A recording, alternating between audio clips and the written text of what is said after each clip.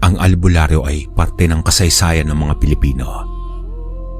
Bago pa man magkaroon ng mga doktor sa bansa, ay nauna nang magkaroon ng mga albularyo at babaylan. Kilala itong mga taong malalakas at may kakayahang magpagaling ng mga karamdaman at makipaglaban sa mga aswang, pati na rin sa masasamang elemento sa kapaligiran. Subalit paano kaya kapag ang tanging tao na nagbibigay proteksyon sa isang lugar ay biglaan na lamang pumanaw? At paano kung ikaw ang natatanging tagapagmana ng kanyang tungkulin sa bayan? Maninindigan ka ba o tatakasan ng tadhana? Ito ay tungkol sa karanasan ni Alejandro sa isang lugar bandang katimugan ng Antique, taong 1972. Isang mapagpalang araw po sa inyo manlalakbay. Sa wakas po ay nagawa ko ng magpadala ng liham sa inyo. Medyo natagalan lang po kasi bago pa magbakasyon ang aking apo dito sa bahay namin. Kaya saka pa lamang niya ako natulungang isulat itong kwento ko. Hindi pa rin po ako marunong kung paanong ipadala ito sa inyo. Kaya kahit noong Nobyembre ko pa sana ito gustong mapadala, ay ngayon lang natuloy. Tagapakinig niyo po ako, 1 taon na ang nakakalipas. Maganda kasi sa tenga ang inyong tinig at nakakapagpakalma ang paraan nyo ng pagkukwento. Itong ibabahagi ko po ay karanasan ko noong bata pa ako. Nasa 18 anyos pa lamang po ako nito.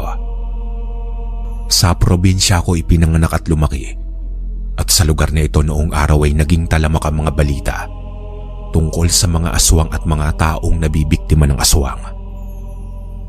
Ngunit kung ako po ang tatanungin, dapat na mas matakot ang mga tao sa mga mangkukulam at mambabarang.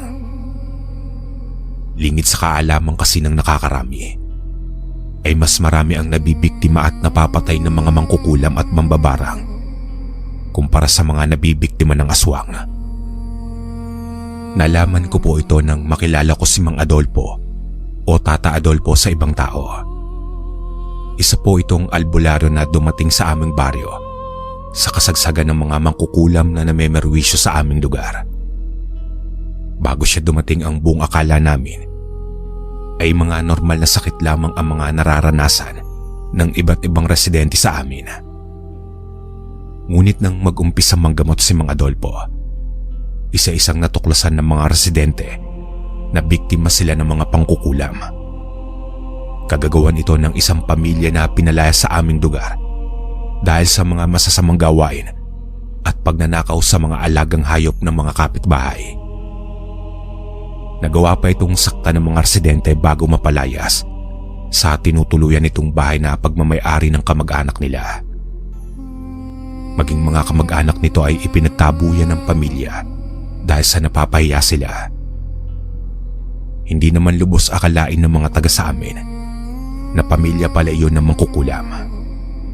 Ilan nga po sa mga nauna nilang kulamin ay namatay na dahil sa walang mahanap na lunas sa karamdaman. Mabuti na lamang at dumating itong si Mang Adolfo sa aming baryo. Noong una ay walang may alam kung bakit sa dinami-dami ng mga bayan at baryo na pwede nitong puntahan ay sa aming liblib at mahirap na baryo pa. Ngunit kalaunan ko na lamang nalaman na pinsan pala ito ng lolo. Dating taga doon sa amin si Mang Adolfo, ngunit umalis lamang dahil sa kanyang paglalakbay na may kinalaman sa kanyang propesyon. Dito ay nag-umpisa akong magkaroon ng interes sa mga bagay tulad ng panggagamot, anting-anting at pangkukulam. Labis akong namanghasa kung paano niyang napagaling ang mga taga-baryo namin na ni mga doktor ay walang maipaliwanag sa mga karamdaman. Kaya nga isang araw, naglakas loob ako na lumapit sa kanya. Lolo Adolfo, magandang araw po. Ang galing niyo po sa mga ginawa niyong panggagamot Usap-usapan po kayo sa baryo. Mabuti na lamang po at dumating kayo dito. Kung hindi baka isa-isa nang namamatay ang mga taga rito. Lolo, ano po bang mangyayari sa pamilya ng mga mangkukulam? Babalikan pa ba nila itong baryo? Paano po kapag umalis na ulit kayo? Sinong magpipigil sa mga pangkukulam nila? Ito ang mga katanungan naglalaro sa isipan ko. Mahilig po kasi ako mag-isip ng sobra tungkol sa hinaharap. Mga bagay na bago pa man mangyari, pinuproblema ko na. Alam mo, Iyo, hindi naman mawawala ang kasamaan sa mundo. Ang kailangan lang ay palaging may taong nariyan upang ibalanse ang lahat. Magkakakibat ang kasamaan at kabutihan. Isipin mo na lamang, paano mo ba malalaman kung mabuti ang isang tao kung walang kasamaan sa mundo? Isa pa kung mawawala man ako, ay meron isang tao ang hahalili sa akin at pangangalagaan ng kapayapaan. Hindi man agad-agad pero meron darating. Basta magtiwala ka lang. Ito ang mga eksaktong salita na narinig ko sa Lolo Adolfo. Para sa akin ng mga panahong iyon, ay malalim ang mga salitang ito at hindi ko agad naintindihan pa. Basta po ang alam ko lang, ay naging mas ligtas ang aming lugar dahil sa kanya. Matagal ko ding pinag-isipan bago ko sabihin sa Lolo Adolfo na gusto kong matuto sa mga ginagawa niya. Sa makatuwid po ay napasailalim ako sa pagsasanay at sa pagtuturo ng aking Lolo Adolfo. Nang panahong iyon ay wala na po ang totoo kong lolo na ama ng aking tatay. Kaya nga naging masaya ko nang malaman kong kamag-anak pa namin ang bayani ng aming baryo. Hindi po naging madali ang mga pagsasanay sa akin ng Lolo Adolfo. May mga pagkakataong nagtutungo kami sa gubat at tinuturuan niya ako kung paanong manguha ng mga halamang gamot na ginagamit niya sa mga pasyente. Itinuro niya din kung paano ang tamang proseso ng mga ito. Subalit habang lumilipas ang panahon, tila nababagot ako. Panay mga tungkol kasi sa gamot, panggagamot at pagkuha ng mga halamang gamot sa kakahuyan ng paulit-ulit na itinuturo nito. Habang ang aking pangarap naman ay maturuan ng tama sa pakikipaglaban, hindi lamang sa mga mangkukulam at aswang. Subalit ayon naman kay Lolo Adolfo na hindi daw minamadali ang proseso upang maging biyas ang antingero. Kailangan daw nito ng pasensya at pagtsatsaga. Ako naman po dahil nga sa gustong gusto ko ang matuto ng pagiging isang magaling na albularyo ay tsinaga ko ito. Isang araw po ay niyaya ko nitong si Lolo Adolfo para pumunta sa Karatig Bayan. Medyo may kalayuan ito sa amin. Wika pa ng Lolo Adolfo na makikipiesta daw kami sa isang kaibigan. Siyempre ako naman po ay labis na natuwa. Sa dami ng mga mahirap na pagsasanay na ginagawa ko, sa wakas may masarap na kainan kaming pupuntahan. Yun nga lang ay hindi niya sinabi sa akin na pugad pala ng aswang ang pupuntahan namin. Nalaman ko ito noong nasa mismong baryo na kami kung saan ipagdaraos ang kapistahan. Base kasi sa pagkukwento nitong sinasabi ng Lolo Adolfo na kaibigan niya, na tuwing sasapit ang araw ng Biyernes sa kanilang lugar, ay naroong nagtutungo ang aswang at naghahanap ng mabibiktima. Nagkataon naman na ang magiging pista sa kanilang lugar ay nasa araw ng Biyernes. Dahil nga dito ay nangangamba sila na baka sa mismong selebrasyon ay hindi nila mahalatang napasok na sila ng aswang.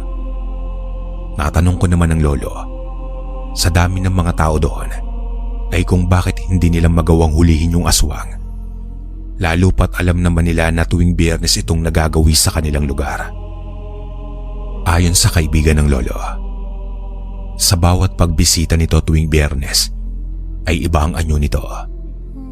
Kung kaya't hindi nila masabi kung aswang na ba ang kaharap nila.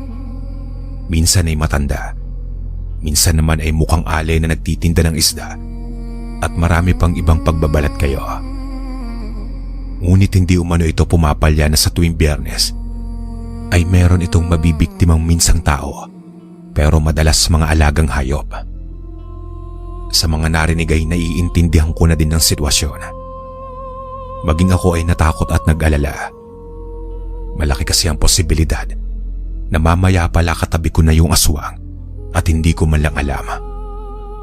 Ang ikinatatakot pa ng mga taga roon ay paano kung mangyanggaw ito sa araw ng pista. Mas maraming tao ang mapapahamak at masisira ang pangalan ng kanilang lugar dahil sa mga aswang na gumagala. Ayon naman sa lolo, ay maaaring hindi lamang isa ang aswang sa lugar na iyon. Maaaring gumagalaw ito bilang isang grupo. Hindi naman kasi magagawang magpalit ng anyo ng aswang sa maraming wangis ng tao. Kung kaya tinala niya na maaaring may isang angkan ng aswang na napadpad sa kanilang lugar. Kaya naman upang mapatunayan ng lolo ang hinala, ay nag-ikot-ikot ito sa baryo dala ang kanyang lana. Sabi kasi ng lolo na kung merong pagtataguan ng mga aswang, ang pinaka-epektibong lugar ay ang pinakamataong lugar sa baryo at hindi ang mga liblib na puok. Kaya naman nasabi ko sa sarili ko na napakatalas talaga ng utak ng lolo at nagsasalita siya base sa kanyang karanasan at karunungang hindi hula-hula lamang. Hindi nga po nagkamali ang lolo. Nakasumpong siya ng 3 aswang na nagpapanggap ng mga bisita lamang at tila naghahanap ng mga mabibiktima. Hindi pa tukoy ng Lolo Adolfo ang pagkakakilanlan, subalit natitiyak niyang hindi bababa sa 3 ang mga aswang na naroon. Dahil nga sa natukoy na ng lolo na hindi mag-isa lang ang aswang, ay nagwika ito na hindi niya magagawang tulungan ng buong baryo. Kaya namin maglagay ng mga pangontra, subalit sa bahay ng kanyang kaibigan lamang dahil sa ipit na kami sa oras. Ayon pa sa lolo na ang ganong klase ng problema ay dapat na buwan pang inabiso sa kanya bago ang selebrasyon. Meron at merong mambibiktima daw sa araw na iyon at hindi nila iyon may iiwasan. Tama naman ang Lolo Adolfo. Isa pa tao lang din naman ang lolo at hindi kayang gumawa ng milagro. Sa dami ng taong naroon at mga bisita, pati na rin ang mga kabahayang nagdiriwang, ay napaka-imposibleng malagyan namin ng mga pangontra ang lahat sa loob ng kalahating araw.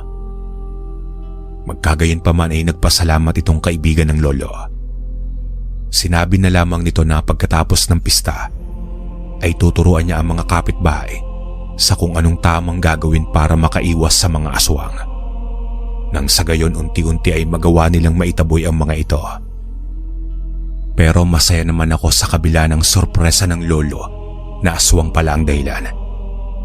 Nakakain pa din naman ako ng sandamakmak na karne sa pista. Hindi ko na inisip pa ang maghanap ng kanin. Mas mahalaga sa akin yung ulam. Kinagabihan ay pauwi na kami ng lolo. Noong nasa may daan na kami papuntang sakayan ng jeep, nang bigla kaming harangin ng 2 lalaki. Una ay inakala kong mga mandurukot ang mga ito at nag-aabang lang ng mabibiktima. Ngunit nakita ko ang lolo at naganda pa sa kanyang formang pag-atake habang nagbibitaw ng mga orasyon. Nakilala ko ang mga orasyong ito at natitiyak kong aswang ang kaharap namin. Sinabayan ko ang lolo. Habang nag-uusal siya ng mga pang-opensang orasyon, ako naman ay nag-usal ng mga pandepensang engkantasyon upang masiguradong ligtas kami sa mga pagkagat at pagkalmot ng aswang. Gulat itong 2 aswang sa liksi ng lolo. Lalo pa nang sinabayan ko ang pag-atake nito. Napabagsak ng lolo ang isa sa mga ito, habang yung isa naman ay kumaripas na lamang ng takbo at iniwan yung kasama niya. Hindi naman ganong kalapit ang lolo, ni hindi niya nga pinatay yung aswang. Ngunit pinutulan niya ito ng dila upang hindi na makagamit pa ng mga sumpa ng pangkukulam. Pagkatapos ay itinali namin sa puno ng patiwarik. Bahala na daw kung babalikan ito ng kakampi o pababayaan na lamang. Kami naman ng Lolo Adolfo ay nagpatuloy na sa paglalakad upang makasakay na sa pag-uwi. Pagdating sa aming baryo ay nagpaalam na muna ako kay Lolo Adolfo. Kailangan ko ding umuwi kasi para makita ako nila tatay sa bahay. Baka kasi mapagalitan ako na halos araw-araw na lamang ay naroon ako sa bahay ng Lolo Adolfo. Pagdating ko naman ay naroon ang mga kapatid ko at nasa may labas ng bahay. abala sa mga pagkukwentuhan. Madalas namin itong gawin lalo pa at wala pa namang kuryente sa amin.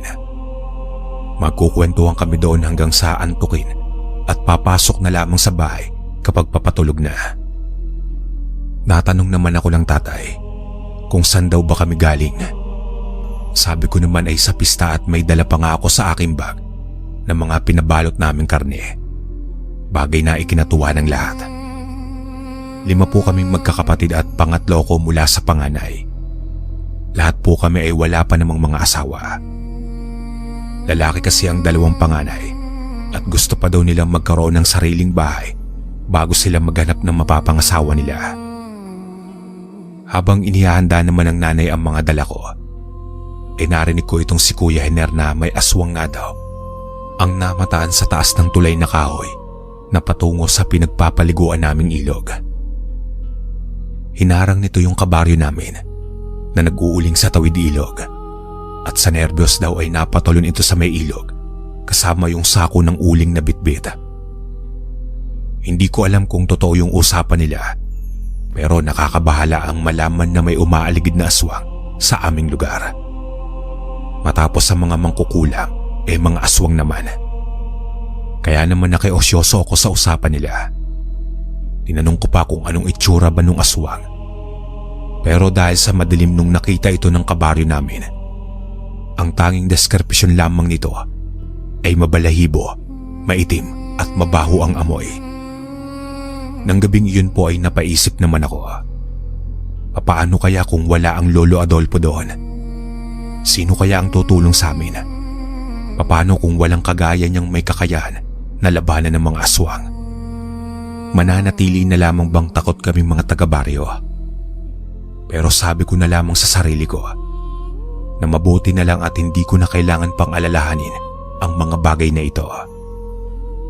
Kinaumagahan naman, matapos ng mga gawaing bahay na nakatoka sa akin, ay dinaanan ako nitong kaibigan kong si Bien.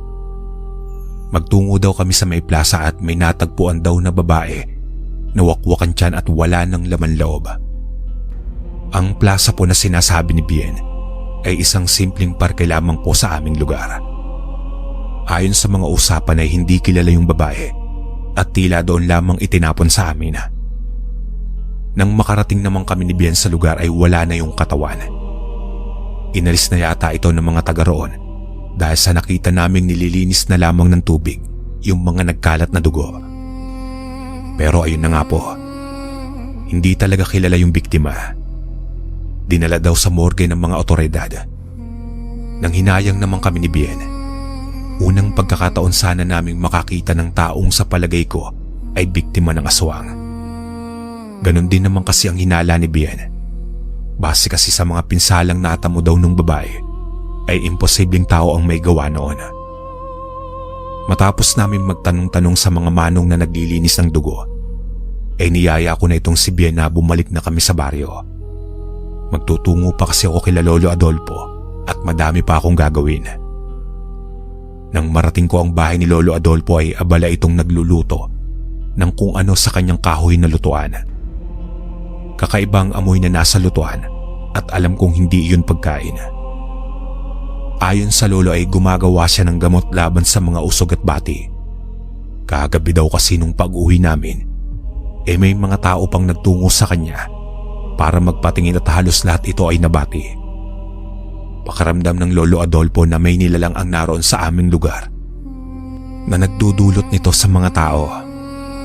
Saka ko naman naalalang ikwento yung tungkol dun sa aswang na nakita sa tulay ng isang mag-uuling at yung nabiktimong babae sa may plaza na warak yung tiyan. Samantala ay inaasahan na ng Lolo Adolfo na mas madami pa ang darating na mga nauusog na tao, kaya inihanda niya na ang lunas dito. Kalaunan naman ay hindi nagkamali si Lolo. Nag-umpisang magsidatingan ng mga pasyente niya na dumaraing ng sakit ng tiyan at ulo. Ayon pa sa iba ay nag-umpisa lang yun matapos nilang magtungo sa plaza para makiosyoso din doon sa namatay na babae. Kung magkagayon ay maaaring nasa mga taong naroon ang salarin. Maaaring ito din daw ang aswang na gumagala. Ngunit sa dami ng mga naroon, mahirap pa magbintang. Wika naman ng lolo na sa bawat isang taong mapapagaling niya ay babalik ang usog sa may gawa nito. Kung kaya't hindi maglalaon, ay maaaring magtungo ito mismo sa bahay ni Lolo Adolfo para gumanti. Nang marinig ko ito ay agad akong naganda ng mga pangontra sa aswang. Alam ko na ang mga dapat gawin at halos buo na din kasi ang mga pagtuturo sa akin ni Lolo tungkol sa mga bagay na alam niya sa pag-aalbularyo. Karanasan na lamang ang kulang sa akin ayon pa dito. Pinigilan naman ako ng lolo. Dahil papaano pa daw lalapit yung aswang at paano namin makikilala kung pinupuno ko ng mga pangontra ang bahay. Hayaan ko lamang daw na lumapit yung aswang. Hindi naman daw kasi siya nito makakayang saktan kung kaya't ayos lang. Gustong makita ni lolo ang mukha nito.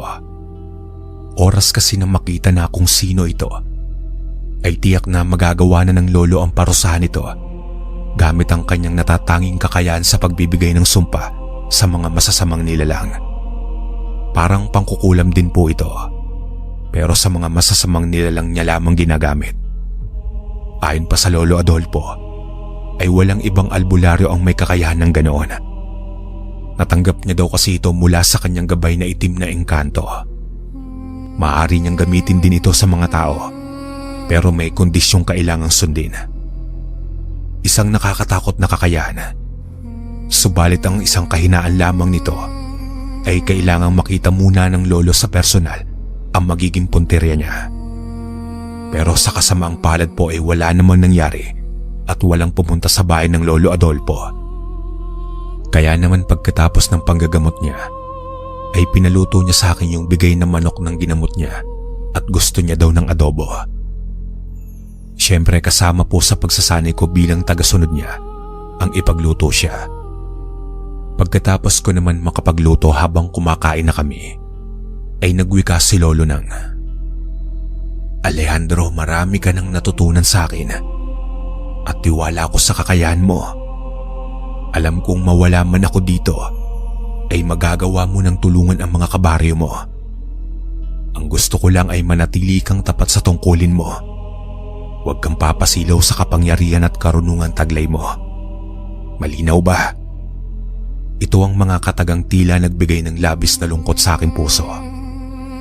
Yung pakiramdam na tila nagbibili na si Lolo Adolfo at tila nagpapaalam na. Pero iwinaglit ko ito sa isipan ko. Nakikita kong malakas pa ang Lolo Adolfo at alam kong matagal pa kami magsasama. Bagamat ayon sa kanya ay wala na siyang maituturo pa sa akin at karanasan na lamang ang kulang ko. "Ano ka ba, Lolo? Kung magsalita ka ay parang iiwan mo na kami dito.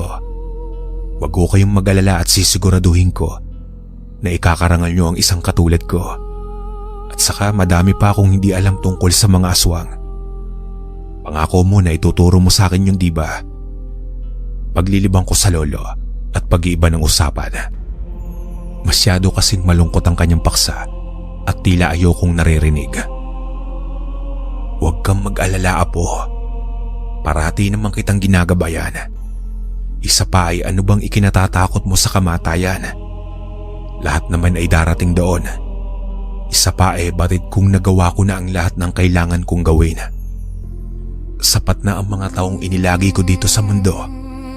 Kaya anumang oras na mawala ako, ay huwag kang malulungkot. Malinaw ba?" Hindi ako umimik dito.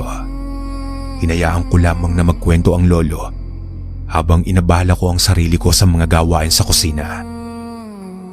Nang lumalim na ang gabi ay nagpaalam na ako sa Lolo Adolfo na uuwi na muna ako sa amin. Wika ko pa sa kinabukasan kasi ay sasamahan ko sila nanay sa palengke at kaarawan nga ng tatay sa darating na linggo at naisipan naming maganda ng kahit na simple lang. Siyempre imbitado ang Lolo Adolfo. Nang sumunod na araw ay naging abala kami sa bahay. Nang makarating kami mula sa palengke, ay agad na kami nagkanya-kanya ng gawain para sa paghahanda sa kaarawan ng tatay. May mga bisita din kasi itong inimbita at tiyak na inuman ang uwi nito. May nakasalang na lechon na ulo ng baboy at iilang manok Ako naman ay abala sa pangunguha ng dahon at katawan ng saging na gagamitin sa mga plato. Ilalatag kasi sa isang pahabang mesa ang handa para sabay-sabay na kumain. Budal fight kumbaga. Pagsapit naman ng hapon ay ang handaan.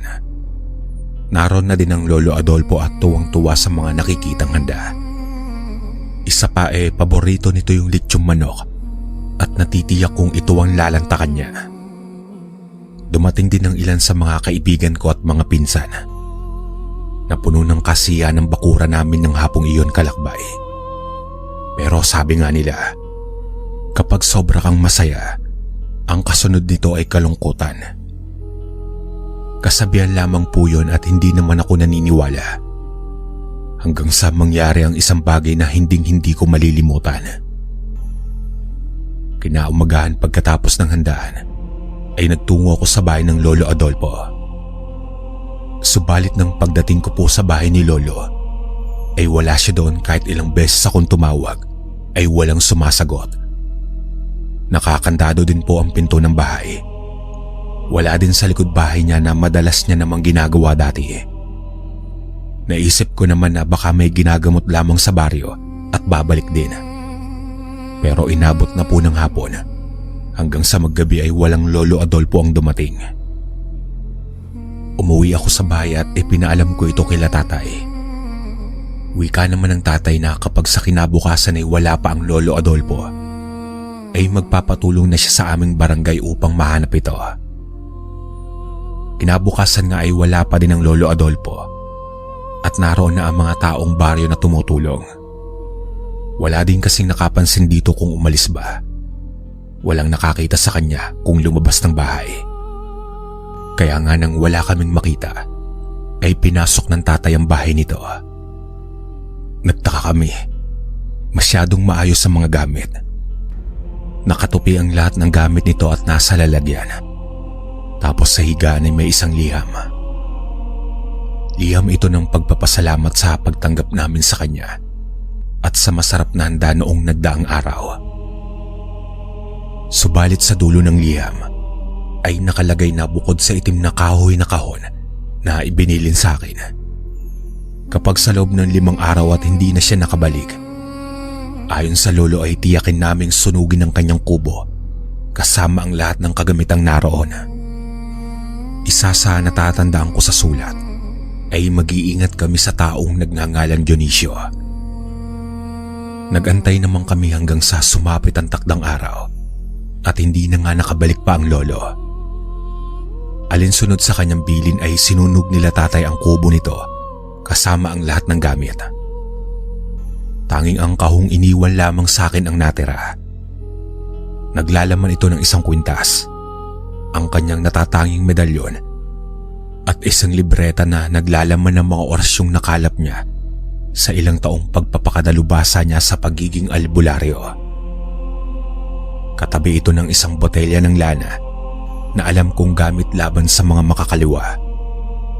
Alam kong gusto ng lolo na gamitin ko ito sakaling magpasya kong ituloy ang pagiging isang albularyo. Ngunit sa mga sumunod na araw po, ay tanging lungkot at pag-aalala sa lolo ang ginawa ko. Nariyang nakatanaw pa din ako sa daan at umaasang isang araw ay makita siyang naroon. Hanggang sa isang buwan ang mabilis na lumipas. Nang mga sandaling iyon ay lubusang ko nang natanggap na wala na nga ang lolo. Hindi namin alam kung patay na ba siya o kung ano paman, subalit hindi na siya bumalik. Siyempre po may pakpakang balita at may tenga ang hangin kung kaya't nakarating ito sa pamilya ng mangkukulam na dating nanalasa sa aming baryo. Nag-umpisang mamataan ang mga miyembro ng pamilya nito malapit sa aming baryo. Muli ay nabalot ng takot ang mga residente sa amin. Nag-umpisa na naman po kasing magkaroon ng kakaibang sakit ang mga kabaryo ko. Agad ko namang ginawa ng mga pangontra ang pamilya ko para masiguradong ligtas laban sa mga palipad-hangin at mga hindi ka nais-nais na pagkakasakit. Nag-umpisa sa mga pagkakasakit ng mga alaga, kasunod ay sa mga bata at matatanda. Masyadong maluba ang pamiminsalang ginagawa nila kung kaya't napilitan akong gumawa ng aksyon. Alam kong ang simpleng panggagamot sa mga kabaryo ko ay hindi magiging solusyon para matigil ang mga mangkukulam. Dahil nga dito ay nagpasya kong harapin ang mga ito. Tugisin kung saan naglulungga at wakasan ang kanilang kasamaan. Hanggang sa ilang araw na paghahanap ko sa bahay ng mga mangkukulam ay nasumpungan ko ito. Nasa malapit lamang palang kakahuyan ang mga ito at tila nagantay lamang ng pagkakataong makabawi. Hinala ko pa ay sila din ang may kagagawan ng pagkamatay ng aking lolo. Pinagplanuhan ko ng maayos ang gagawin. Alam kong oras na magkamali ako ng kilos ay matutulad din ako sa lolo.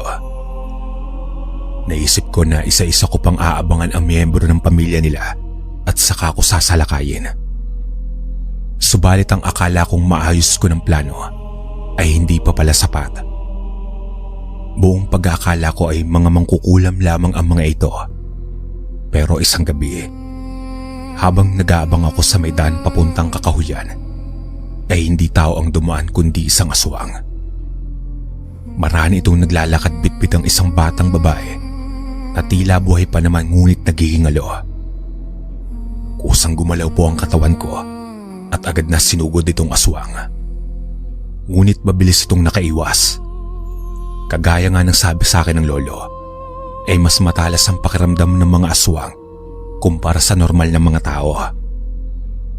Mabilis itong nagusal ng mga orasyon laban sa akin. Sa pagkakaalam ko ay mas malakas ang bisa ng sumpa ng mangkukulam kung isa pa itong aswang. Agad naman akong nagpakawala ng tigal po laban sa aswang na ito. Kung ordinaryong mangkukulam lamang ito, ay magagawa na sana siyang patayin ng gamit ko. Pero dahil nga sa isang aswang ang kaharap ko, ay bagya lamang itong nanghina at nabitawan ng batang babae. Dito ay nagkaroon ako ng pagkakataon upang sumalakay gamit ang aking dalang itak. Noong una kasi ay gamit nito yung bata para maiwasan ang pag-atake ko.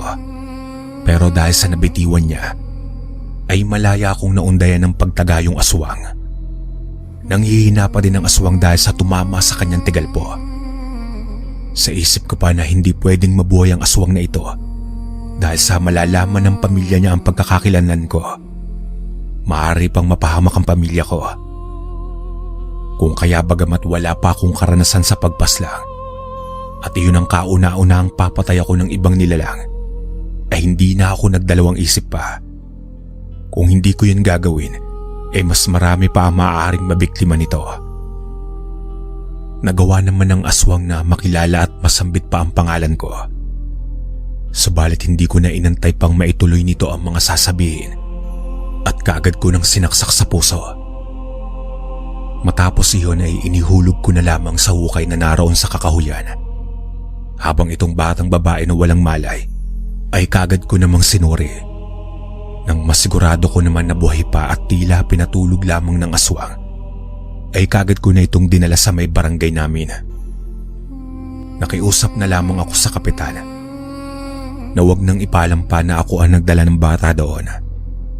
Ipinaliwanag ko ang mga nangyari at ang sala rin ng pagkakadukot sa bata. Madaling araw na po akong nakauwi sa aming bahay at pagdating ko nga ay naroon sila tatay at nanay na nag-aalalang nag-aantay sa akin. Anak, nag-aalala na kami sa ginagawa mo.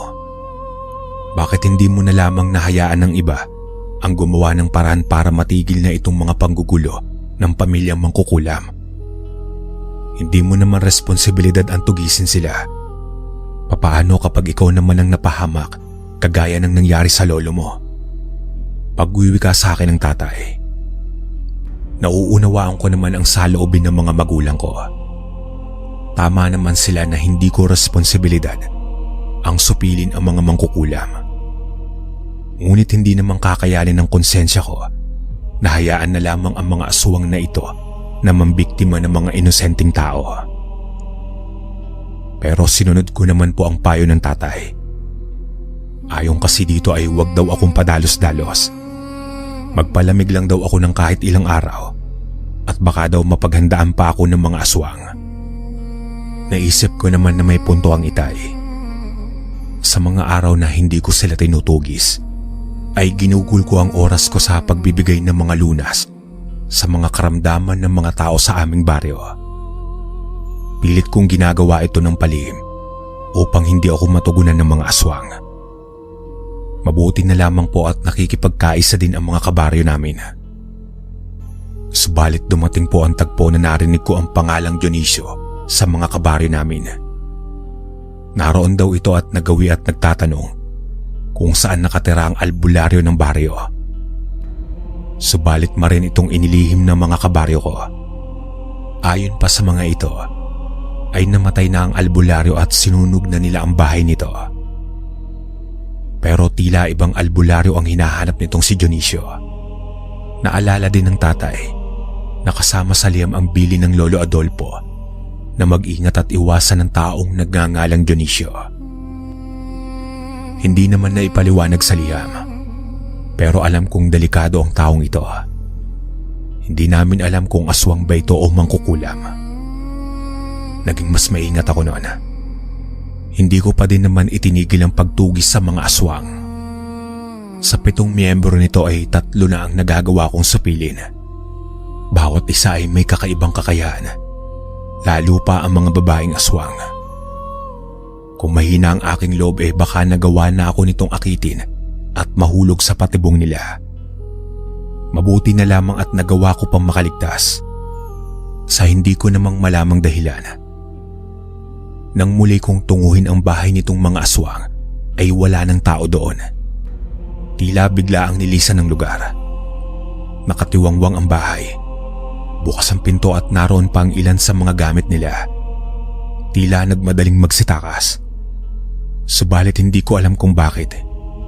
Imposible namang natakot sila sa mga ginagawa ko. Kita ko pa ang ilang patak ng dugo. May bakas ng tila pag-aaway at batid kong may nasugatan sa mga ito. Ang tanong ay sino ang may gawa nito? Posible kayang may ibang aswang ang nakalaban ng mga ito, dahilan upang mapilitan silang tumakas. Mga bagay na naglalaro sa isipan ko. Ngunit habang papauwi na ako, ay may mga naulinagan akong tinig na pagtangis at tila nahihirapan. Sinubukan ko itong sundan at maingat ako sa mga pagkilos.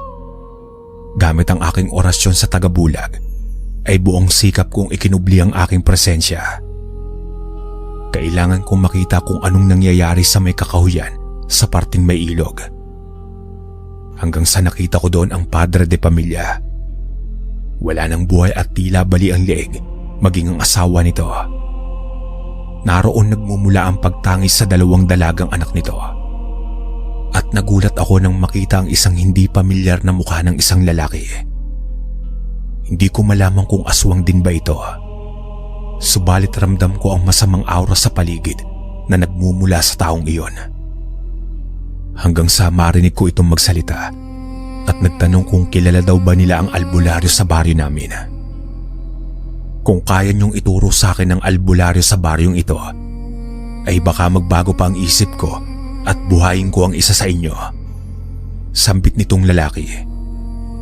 Agad na nagsabi naman ang isa sa mga dalaga na siya na lamang ang buhayin at ituturo niya kung nasan ang hinahanap ng lalaki. Ngunit tila hindi ito nagustuhan ng lalaki at kaagad na pinatay yung dalaga gamit ang pagsakala. Sa mga nakita hindi na ako nagtagal pa at marahan ng umalis. Ayoko nang hintayin pa na mapatay ng lalaki yung aswang at matugunan pa na naroon ako. Na nang makabalik naman ako sa aming baryo, bandang mag-aalas 7 na ng gabi, ay agad akong sinalubong ng tatay.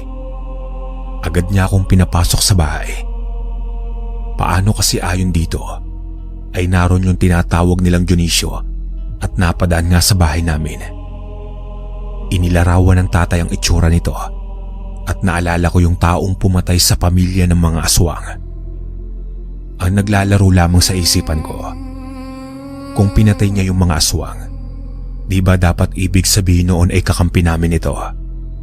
Pero bakit sa sulat ng Lolo Adolfo ay kabilin-bilinan niyang iwasan ito sa abot ng makakaya ko. Kalakbay, ng mga sumunod na araw ay may iba pang mga mukha ang dumating sa aming baryo. Mga dayo at pare-pareho itong hinahanap ang albularyo. Subalit nalito na kami. Ano ang meron sa Lolo Adolfo at bakit siya hinahanap ng mga ito? Habang nasa daan naman kami isang umaga patungo sa palengke, ay nakita namin itong si Dionisio. Ngunit may tila kausap itong dalawang lalaki at tila nagkakainitan sila. Mga dayo ang kausap nito at naririnig ko ang pagtatalo tungkol sa isang medalyon. Dito ay agad na pumasok sa isipan ko ang iniwang medalyon sa akin ng Lolo Adolfo. Mabuti na lamang pala at nakalimutan kong isuot at naiwan sa kwarto ko. Kung nagkataon na nakita nila ito, ay tiyak na malalagot ako at mabibisto na. Agad ko namang ibinaba ang depensa ko nang papalapit sa kanila. Kailangan ko magmukhang normal na tao sa paningin at pakiramdam nila upang hindi ako pag-initan. Sa kabutihang palad naman ay may mga kasabayan din kaming residente noon at nagawang mawala sa amin ang atensyon ng mga ito. Sa palengke ay sinabihan ko ang nanay na bilisan lamang namin. Kailangan kong mabalikan yung medalyon at masiguradong ligtas ito. Walang makapagsasabi kung kailan nila mabibisto ang pagkatao ko.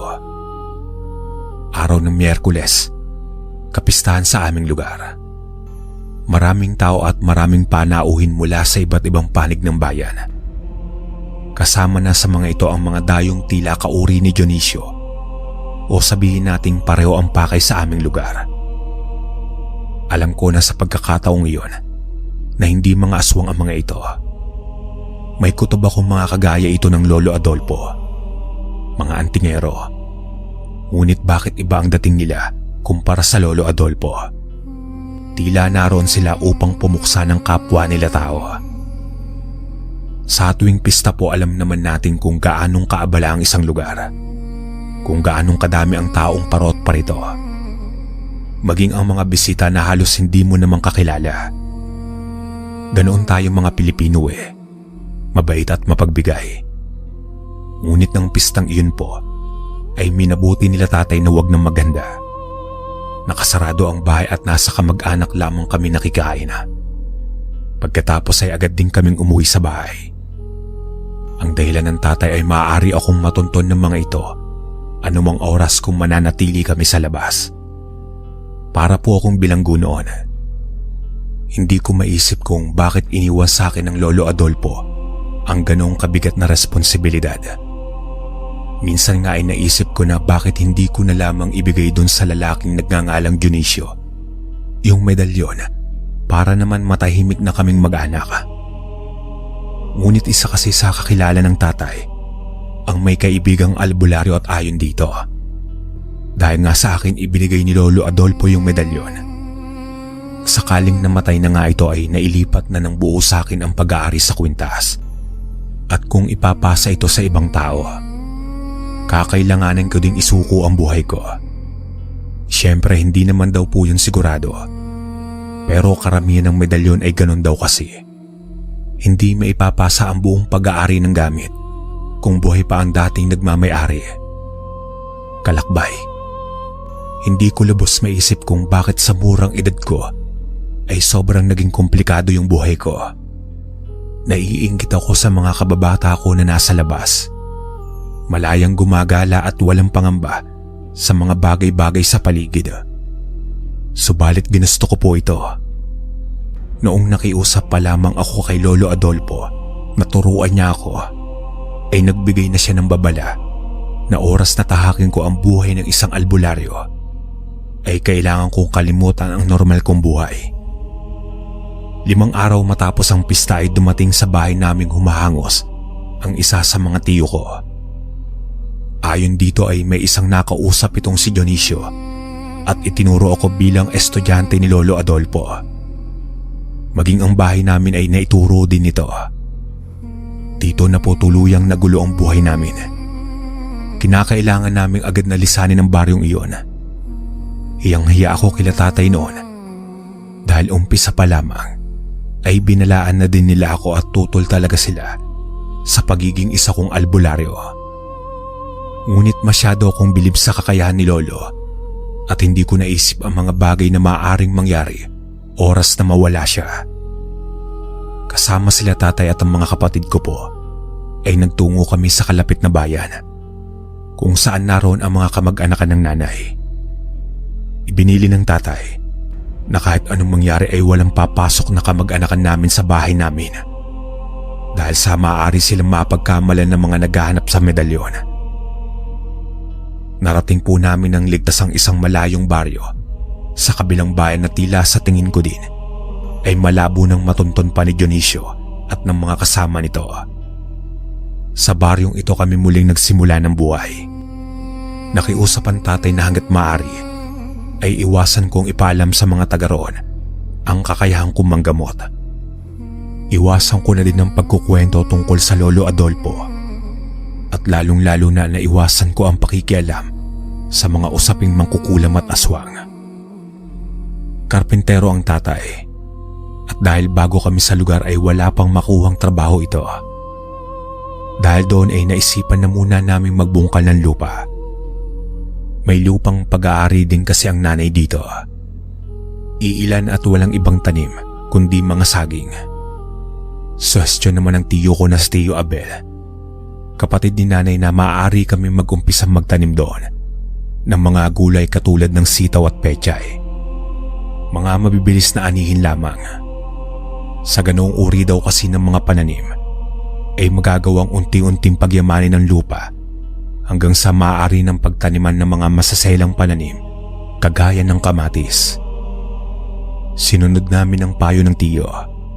Mas may alam ito sa pagsasaka. Araw, linggo at buwan ang lumipas. Naging matiwasay ang pananatili namin doon. Walang gulo, walang pangamba at masaya kaming kapiling ang mga kamag-anak nila nanay. Buong pag-aakala ko na ayos na ang lahat at wala nang magiging problema pa. Malayo na kami sa baryong pinamamalagian ni Dionisio. Subalit isang araw habang nasa may labas ako ng bahay at nagbubungkal ng taniman namin, may isang matanda ang lumapit sa may bakuran. Nagulat ako at kakilala ako nito. "Sa wakas at nahanap din kita, Alejandro. Mabuti naman at ligtas ka mula sa pangkat nila Dionisio." Gulat ako sa mga winika nito. Nagpakilala ito bilang si Tata Ignacio, kaibigang matalik ni Lolo Adolfo.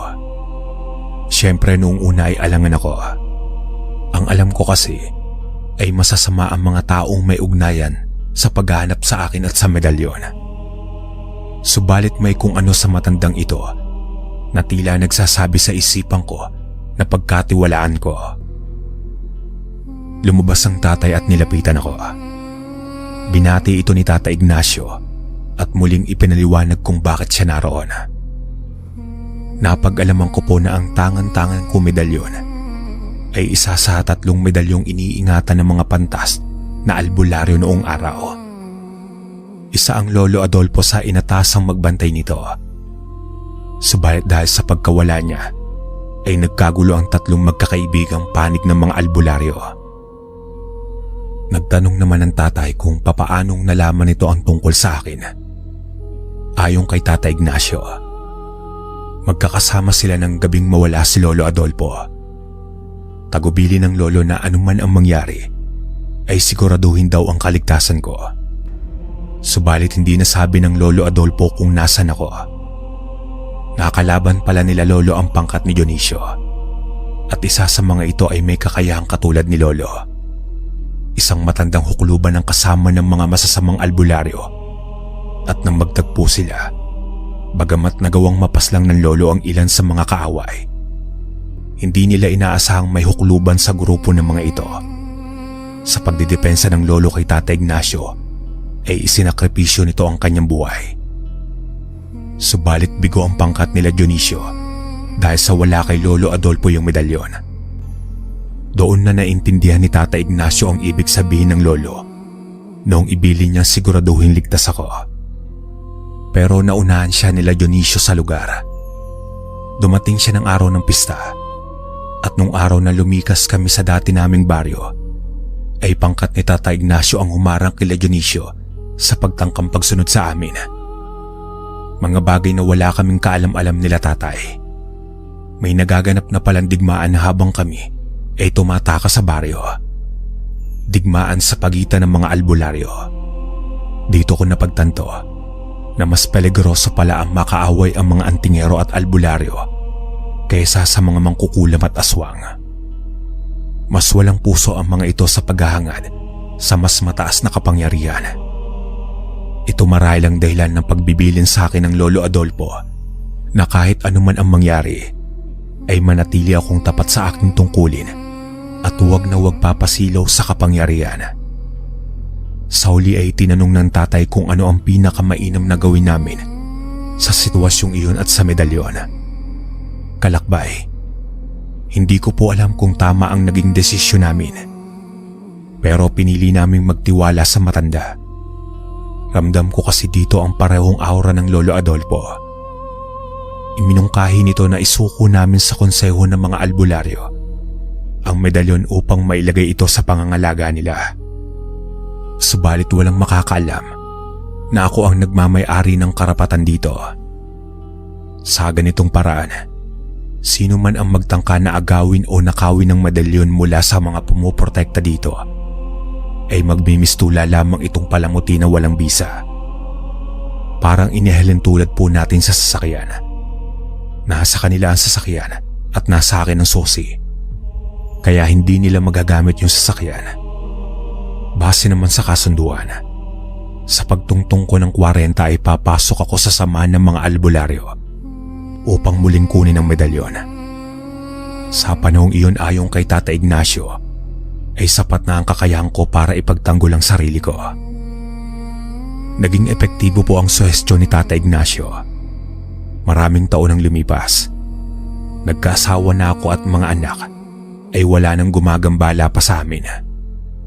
Ngunit kasabay nito ay hindi na namin muli pang nakita si Tata Ignacio. Lampas 40 na ako noon ay walang albularyo mula sa konseho ang nagparamdam. Wala ding masasamang albularyo ang tumugi sa amin.